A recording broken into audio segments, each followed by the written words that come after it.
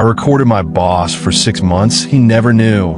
And then I played the tape in front of everyone. But let me back up a little, because you need to understand how I got to that moment. Because it didn't start with revenge. It started with me just trying to do my job. You ever have a boss who looks you in the eye and lies like it's breathing? I had one. His name was Greg. And I worked for him for 4 years of smiling and nodding while he took credit for everything I did, for years of watching him charm the higher UPS while I did all the actual work. And then one day, I found out he was stealing from the company too, which was funny because I never thought I'd catch him doing something that stupid, but he did, and he did it right in front of me. Let me back up a little so you understand how this all started.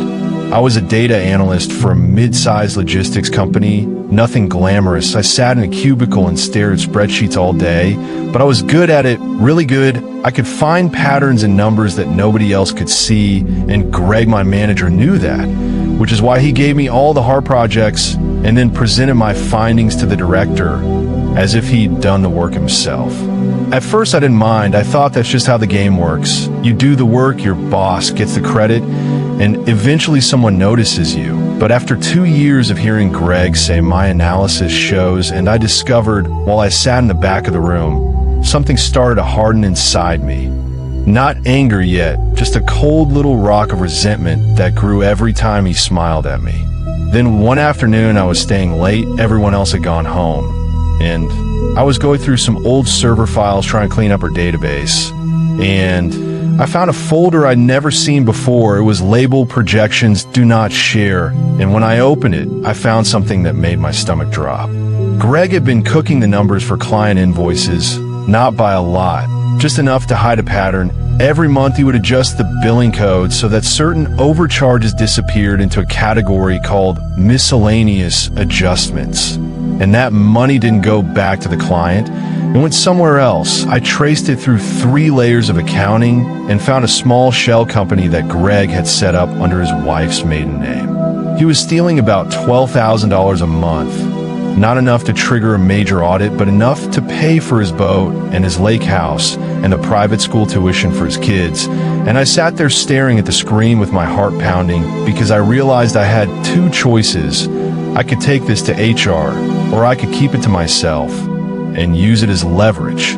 I didn't decide that night. I drove home and didn't sleep, and the next morning I walked into the office and Greg smiled at me and said, "Hey buddy, how's it going?" Like nothing was wrong. And I smiled back and said, "Great, just great." And that's when I knew what I was going to do. I was going to wait. Because here's the thing about people like Greg, they never stop. They always push a little further. And if I waited long enough, he would make a mistake that I could catch on camera. So I bought a tiny voice recorder, the kind that looks like a USB stick, and I started carrying it in my pocket every time I went into Greg's office. For 3 weeks, nothing happened. Just normal meetings about normal projects, but I recorded everything, every lie, every time he took credit for my work. Every time he laughed about how those guys in the cubicles don't know what they're doing. I built a library of his own words, and he had no idea. Then one Friday, he called me into his office and closed the door, which he never did. And he had this look on his face, not angry, but scared. And he said, "I need your help with something." And I said, "Sure, Greg. What's up?" And he leaned across the desk and said, "There's a problem with the client billing system. Some discrepancies have shown up and the director is asking questions. I need you to adjust the numbers in the quarterly report so everything looks clean. Just this once." I pretended to think about it. I furrowed my brow and looked concerned. And then I said, "Greg, that's not really my area. I don't have access to the billing system." And he said, "I'll give you access. Just this one time, I'll send you a login. All you have to do is change a few cells and I'll take care of the rest." I said okay, and I walked out of his office with my hand in my pocket where the voice recorder was running, and I had him asking me to commit fraud on tape, but I didn't use it yet because I wanted more. I wanted to see how deep this went. So I said yes, and I waited for him to send me that login. He sent it that evening, a temporary credential into the billing system. And when I logged in, I saw the full picture. Greg had been manipulating invoices for over a year. not $12,000 a month, but closer to 20, and the shell company was just the tip of the iceberg. He'd also been double billing small clients who never checked their statements, and the money was going into a personal account under a fake business name. I copied everything, every transaction, every email, every login timestamp, and I stored it in a password-protected folder on a personal drive that had nothing to do with the company. And then I made a decision. I wasn't going to HR because HR protect the company, not the employee. And I wasn't going to the director because Greg was friends with the director. No, I was going to wait for the quarterly review when the entire leadership team was in the room, including the CEO who had flown in from Chicago, and I was going to give them a presentation they would never forget. The quarterly review was scheduled for 3 weeks away, and I had 21 days to prepare, 21 days to smile at Greg and pretend I was helping him cover his tracks, 21 days to record every single conversation. And on the morning of the review, I walked into the conference room with a laptop bag that contained not just my work computer, but also a secondary laptop loaded with all the evidence. And I sat in the back row where nobody could see my screen, and I waited for my moment. The meeting started like all the others. Greg stood at the front with his laser pointer and his confident smile, and he presented the quarterly numbers. Profits were up, costs were down, everything was green, and the CEO was nodding, the director was nodding, everyone was nodding, but I wasn't nodding. I was watching Greg's face, watching how he didn't quite look at the director when he talked about the billing system, watching how his hands shook a little when he clicked to the next slide. Then the director said, "Are there any questions or additional reports?" And that was my cue. I raised my hand, I said, "Yes, I have something to share." And the room turned to look at me, and Greg's face went pale because he didn't know what I knew, but he knew something was wrong. I stood up and walked to the front of the room. I plugged my secondary laptop into the projector, and I said, "I've been doing some independent analysis of our client billing data, and I found some anomalies that I think the leadership team should be aware of." And Greg said, "This isn't the time." And the CEO said, "Let him speak." So I spoke. I pulled up the first slide, a simple chart showing the miscellaneous adjustments category growing over time. And I said, "These adjustments don't correspond to any legitimate business expense." I traced them back to a shell company registered under the name of our manager's wife. And Greg stood up and said, "That's a lie." And I said, "I have the documents." I clicked to the next slide, a screenshot of the shell company's bank account showing deposit from our corporate account. And the next slide, an email from Greg to the accounting department instructing them to ignore certain invoices. And the next slide, a recording transcript where Greg said, "Just change the numbers this once and I'll take care of the rest." And the CEO stopped me and said, "Do you have the audio?" I pulled out the USB recorder from my pocket and I said, "I have 47 hours of audio, including a conversation last Friday where Greg asked me to commit fraud." And I hit play, and Greg's voice filled the room.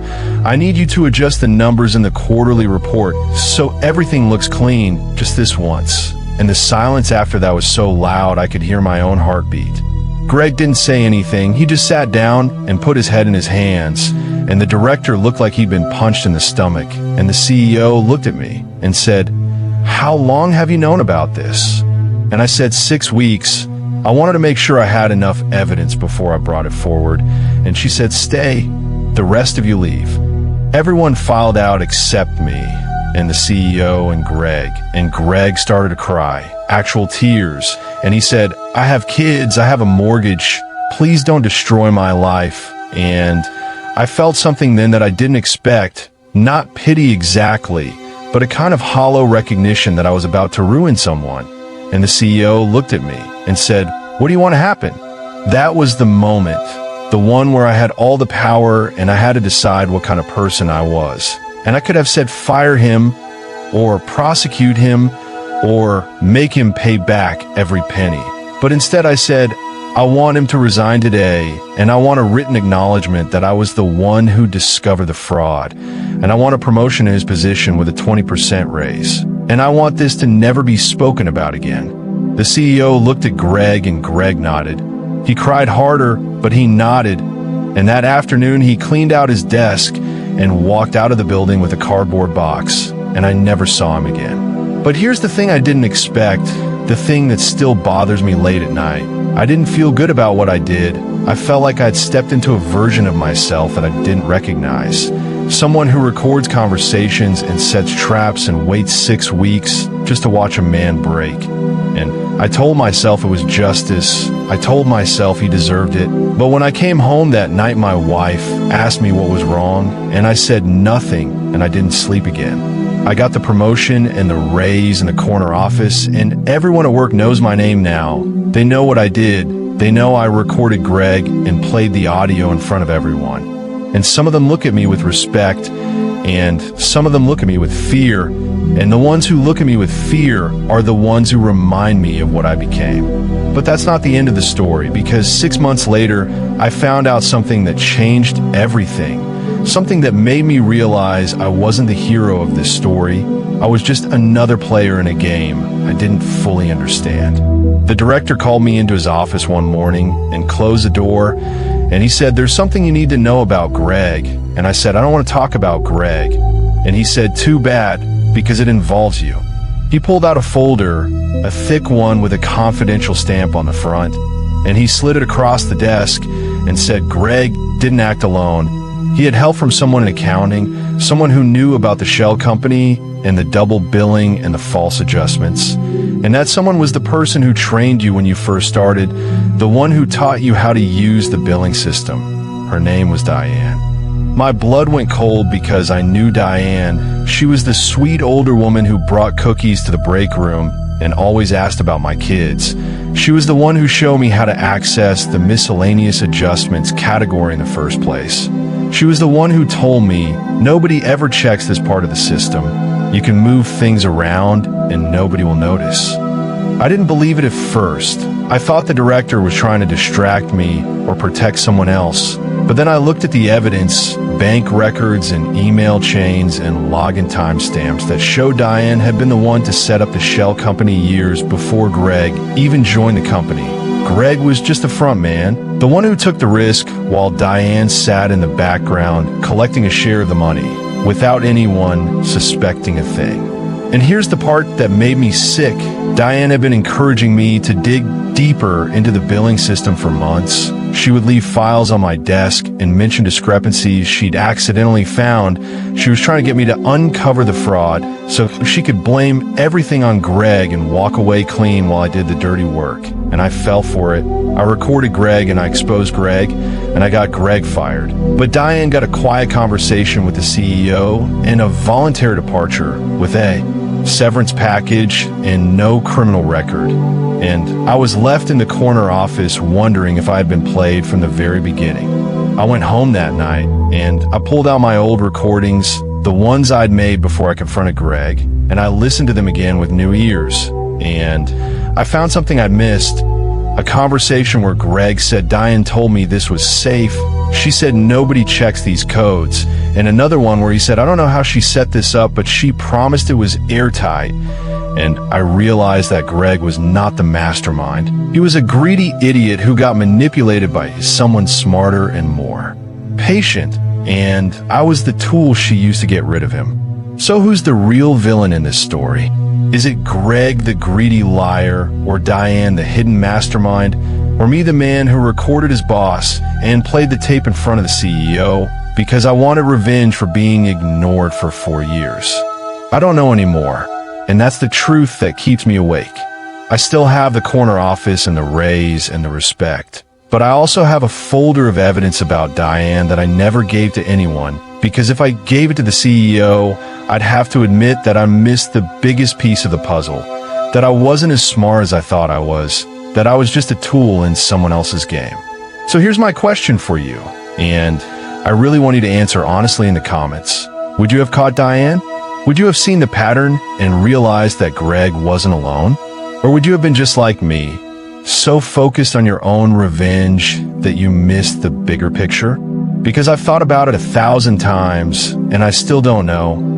All I know is that revenge is messy and justice is complicated, and sometimes the person you think is the villain is just another pawn.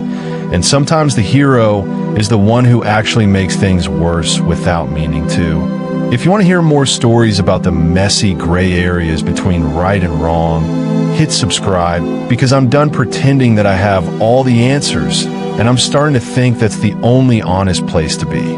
Every story hides something. This one hid a second villain, and I didn't see her until it was too late.